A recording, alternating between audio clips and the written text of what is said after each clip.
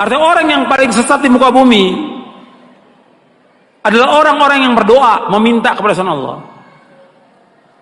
Kenapa mereka masih minta? Di Indonesia ini masih banyak gak orang yang berdoa meminta kepada selain Allah? Banyak.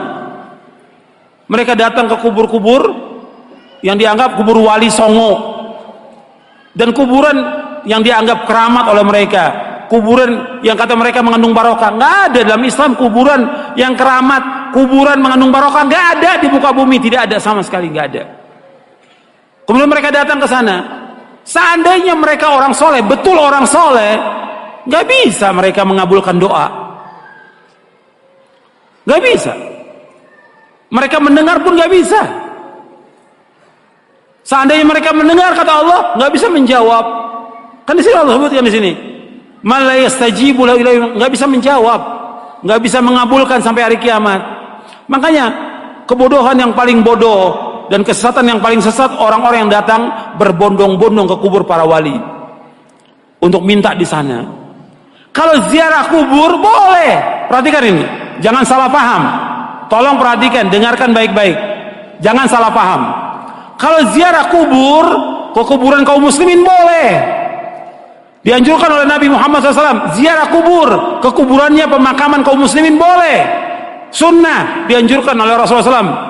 Kata Nabi, "Kuntu nahaitukum an ziyaratul kubur, fazuruha fa inna tudzakirukumul akhirah." Kata Nabi, aku pernah melarang kalian untuk ziarah kubur. Sekarang boleh kamu ziarah kubur, karena ziarah kubur mengingatkan kalian kepada akhirat. Dalam riwayat yang lain disebutkan bahwa ziarah kubur mengingatkan kalian kepada kematian. Ziarah kubur kaum muslimin boleh, tapi ziarah kubur yang dilakukan oleh mereka ini, datang ke kuburan wali dengan niat kuburan itu mengandung barokah, bahwa orang itu soleh, suci, bisa mengangkat doa mereka ke langit, kepada Allah sebagai tawasul. Mereka minta, ada yang menjadikan mereka sebagai wasilah kepada Allah, ada yang menjadikan mereka sebagai syafaat kepada Allah, ada yang mereka menjadikan mereka sebagai Tuhan yang mereka minta kepada penghuni wali, penghuni kubur itu. Ini kenyataan yang dilakukan oleh orang-orang yang ziarah-ziarah kubur ke kuburannya para wali. Dan ini kalau anda perhatikan, kerusakannya luar biasa ini. Karena masalah akidah, masalah tauhid, mereka memalingkan ibadah kepada selain Allah yang Allah tidak redha selama-lamanya.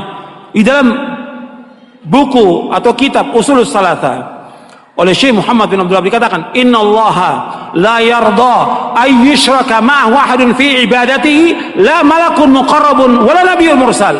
Allah tidak redha selama-lamanya apabila Allah disekutukan dengan makhluknya, apakah dengan malaikat yang dekat atau dengan nabi yang diutus. Allah nggak redha. Maksudnya kalau ada orang yang berdoa meminta kepada malaikat Jibril, minta kesembuhan, minta rezeki, minta dimudahkan urusan, Allah nggak redha. Karena malaikat Jibril nggak bisa mengabulkan doa yang mengabulkan doa Allah. Atau kepada nabi yang diutus, orang datang ke kuburannya Nabi Muhammad SAW, minta kepada Nabi Muhammad SAW supaya dimudahkan rezekinya, supaya dimudahkan jodohnya, supaya dagangannya laris, supaya segala macam. Allah nggak redho, nggak redho. Kenapa? Doa itu wajib dipanjatkan dan hanya ditujukan kepada Allah saja, tidak kepada yang lain. Allah nggak redho. Hatta kepada orang yang paling soleh, Nabi Muhammad SAW, orang datang kepada kuburan beliau minta, Allah nggak redho. Makanya nggak ada seorang sahabat pun yang datang ke kuburan Nabi untuk minta sesuatu, tidak ada. Tidak ada seorang sahabat pun radhiyallahu anhum ajmain yang datang ke kuburan Nabi untuk minta sesuatu, tidak ada sama sekali. Mereka berdoa langsung kepada Allah.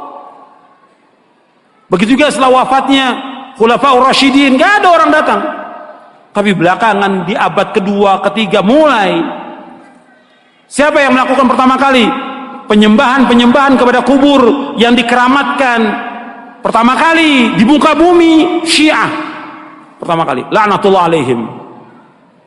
Pertama kali Syiah yang menyesatkan kaum muslimin. Mereka katakan kubur imamnya, kemudian kubur Husain mereka sembah, mereka tawaf di situ. Itu pertama kali.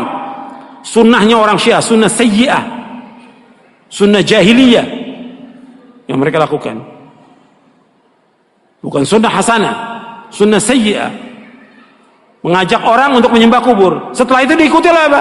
Diikuti oleh yang kedua, tarekat sufiyah. Yang pertama Syiah, laknatullah alaihim. Yang kedua, tarekat sufiyah menganggap bahwa gurunya, syekhnya sebagai wali, sudah mencapai tingkatan yang paling tinggi sampai datang. Sampai syekhnya mengatakan di buku-buku mereka, di kitab mereka, kalau kamu mengalami kesulitan, kesusahan dan saya sudah mati, kamu datang ke kubur saya, kata mereka begitu. Ini sesat dan menyesatkan kaum muslimin.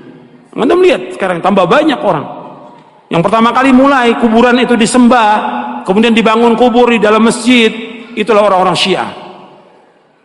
Nggak akan bertemu dalam Islam antara kuburan dengan masjid, selama-lamanya tidak akan ketemu dalam Islam. Adapun kuburan Nabi SAW itu di luar masjid. Kemudian pada khalifah zaman Abdul Malik dibongkar, dimasukkan, dan sahabat sudah mengingkari yang masih hidup pada zaman itu. Nggak bisa bersatu dan beda kuburan Nabi. Karena apa? Nggak mungkin kuburan Nabi akan dibongkar, dipindahkan ke Baqi, nggak mungkin. Karena Nabi nggak mau. Kalau di Baqi akan disembah oleh manusia. Makanya Nabi dibedakan khusus untuk Nabi, dikuburkan di tempat itu dengan dua sahabatnya, Abu Bakar dan Umar. Adapun kuburan yang lain nggak boleh, nggak bisa bersatu antara masjid dengan kuburan selama-lamanya. Yang pertama kali Syiah. Karena ini perbuatan siapa? Perbuatannya orang-orang Yahudi dan Nasrani. Maka 5 hari menjelang wafatnya Rasulullah mengatakan, la'natullahi 'alal yahudi wan nasara ittakhadhu qubur anbiya'i masajid wa ana anhaakum an dzalik. Mudah-mudahan, kata Nabi SAW, 5 hari menjelang wafat, mudah-mudahan Allah melaknat orang Yahudi dan Nasrani karena mereka menjadikan kubur Nabi mereka sebagai tempat ibadah. Aku larang kalian jangan melakukan seperti mereka. 5 hari menjelang wafat, 5 hari. Terus Nabi ingatkan umatnya, jangan seperti Yahudi, jangan seperti Nasrani yang mereka menjadikan kubur Nabi mereka sebagai tempat ibadah. Aku larang. Kuburan bukan tempat ibadah, kuburan. Dan gak boleh melaksanakan perjalanan ke makam-makam, nggak boleh. Ziarah kubur boleh, tapi menentukan makam tertentu untuk ziarah mempunyai keutamaan nggak boleh. Yang punya keutamaan 3 masjid aja, cuma 3 masjid dari seluruh dunia yang mempunyai keutamaan. Kata Nabi SAW dalam hadis yang sahih, ada di buku ini, la tushaddu rihalu illa ila 3 masajid, masjid hadza wa masjidil haram wa masjidil aqsa. Kata Nabi, nggak boleh mengadakan perjalanan dengan niat ibadah kecuali 3 masjid. Tidak boleh mengadakan perjalanan safar dengan tujuan ibadah kecuali 3 masjid. Pertama masjidku ini, Masjid Nabawi. Yang kedua Masjidil Haram. Yang ketiga Masjid Aqsa. Masjid aja nggak boleh. Ada di Bandung umpamanya, ada masjid yang bagus, orang mengatakan bahwa masjid itu punya keutamaan, nggak boleh. Semua masjid sama. Masjid di sini, Pustai atau masjid yang lain yang dibangun, semua sama. Ganjarannya sama kalau orang sholat di dalamnya. Kecuali 3 masjid. Masjid Nabawi, sekali sholat di sana 1000. Lebih dari masjid yang lain. Kalau di Mekah, di Masjidil Haram, di Mekah maksudnya di Masjidil Haram saja, bukan di masjid yang lain, di Mekah bukan, di Masjidil Haram saja, itu 100.000. Keutamaannya dari masjid yang lain seluruh dunia.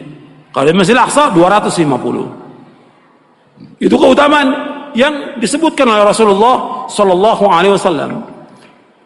Kalau masjid yang nggak punya keutamaan kecuali 3 masjid, apalagi kuburan. Kuburan nggak punya keutamaan sama sekali. Makanya orang-orang yang datang dan meminta ke kubur-kubur, Allah menyebutkan dalam Al-Quran ini orang yang paling sesat di muka bumi. Antum catat tuh ayatnya, ya, surah Al-Ahqaf, surah 46 ayat 5 dan 6. Ini dalil. يا قلب ما زلت تبكي على حبيب جفاك وسرت في ركب ليلى ولحظها إذ رماك وطارت الروح شوقا لمرتع